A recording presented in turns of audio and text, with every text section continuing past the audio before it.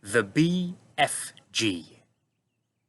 The giant picked up the trembling Sophie with one hand and carried her across the cave and put her on the table. "Oh, now he really is going to eat me," Sophie thought. The giant sat down and stared hard at Sophie. He had truly enormous ears. Each one was as big as the wheel of a truck, and he seemed to be able to move them inwards and outwards from his head as he wished. "I is hungry," the giant boomed. He grinned, showing massive square teeth. The teeth were very white and very square, and they sat in his mouth like huge slices of white bread. "Please don't eat me," Sophie stammered. The giant let out a bellow of laughter. "Just because I is a giant, you think I is man, goblin, cannibal?" he shouted. "You is about right.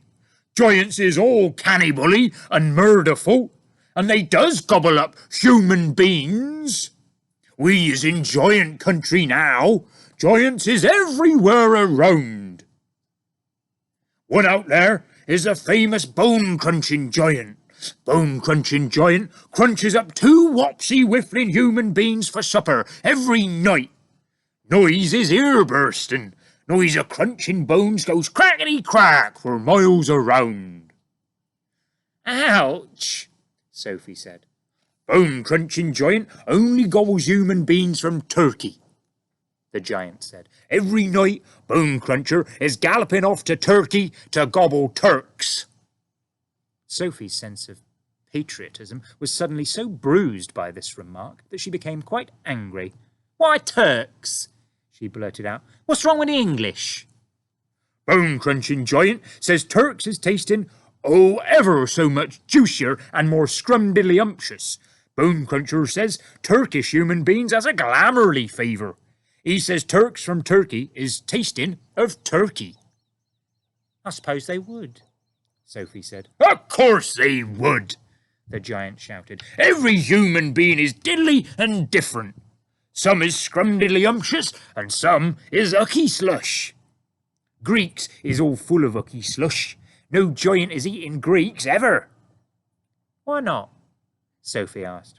"Greeks from Greece is all tasting greasy," the giant said. "I imagine that's possible too," Sophie said.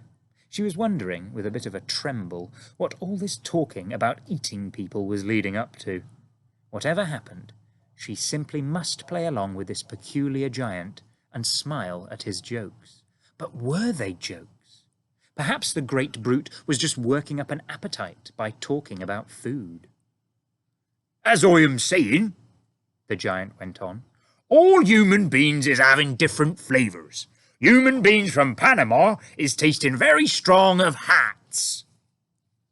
"Why hats?" Sophie said. "You is not very clever," the giant said, moving his great ears in and out. "I thought all human beings is full of brains, but your head is emptier than a bundongle." "Do you like vegetables?" Sophie asked, hoping to steer this conversation towards a slightly less dangerous kind of food. "You is trying to change the subject," the giant said sternly. "We is having an interesting babblement about the taste of human being. The human being is not a vegetable." "Oh, but the bean is a vegetable," Sophie said. "Not the human being," the giant said. "The human being has got 2 legs, and a vegetable has no legs at all." Sophie didn't argue any more. The last thing she wanted to do was to make the giant cross. "The human being," the giant went on, "is coming in dillions of different flavours. For instance, human beings from Wales is tasting woozy of fish. There is something very fishy about Wales." "You mean Wales?" Sophie said. "Wales is something quite different." "Wales is Wales," the giant said. "Don't gobble-funk around with words. I will now give you another example. Human beings from Jersey has a most disgustable woolly tickle on the tongue," the giant said. "Human beings from Jersey is tasting of cardigans." "You mean jerseys?" Sophie said. "You are once again gobble-funking," the giant shouted. Don't do it! This is a serious and snitching subject. May I continue? Please do, Sophie said. Danes from Denmark is tasting ever so much of dogs, the giant went on. Of course, Sophie said. They taste of Great Danes. Wrong! Cried the giant, slapping his thigh. Danes from Denmark is tasting doggy because they is tasting of Labradors. What do people in Labrador taste of? Sophie asked. Danes! The giant cried triumphantly. Great Danes! Aren't you getting a bit mixed up? Sophie said.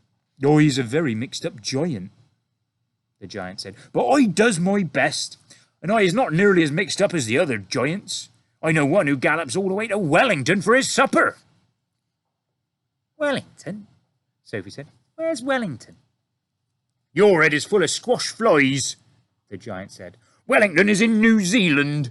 The human beings in Wellington has an especially scrum-diddly-umptious taste, so says the well-eating giant.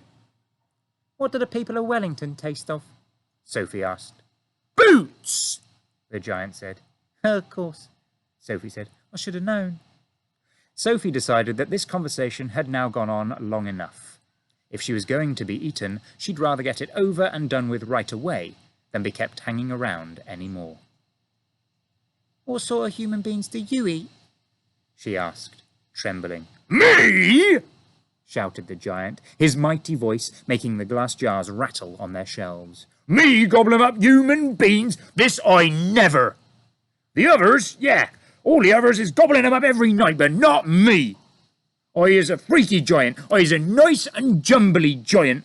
I is the only nice and jumbly giant in giant country. I is the big friendly giant. I is the BFG. What is your name?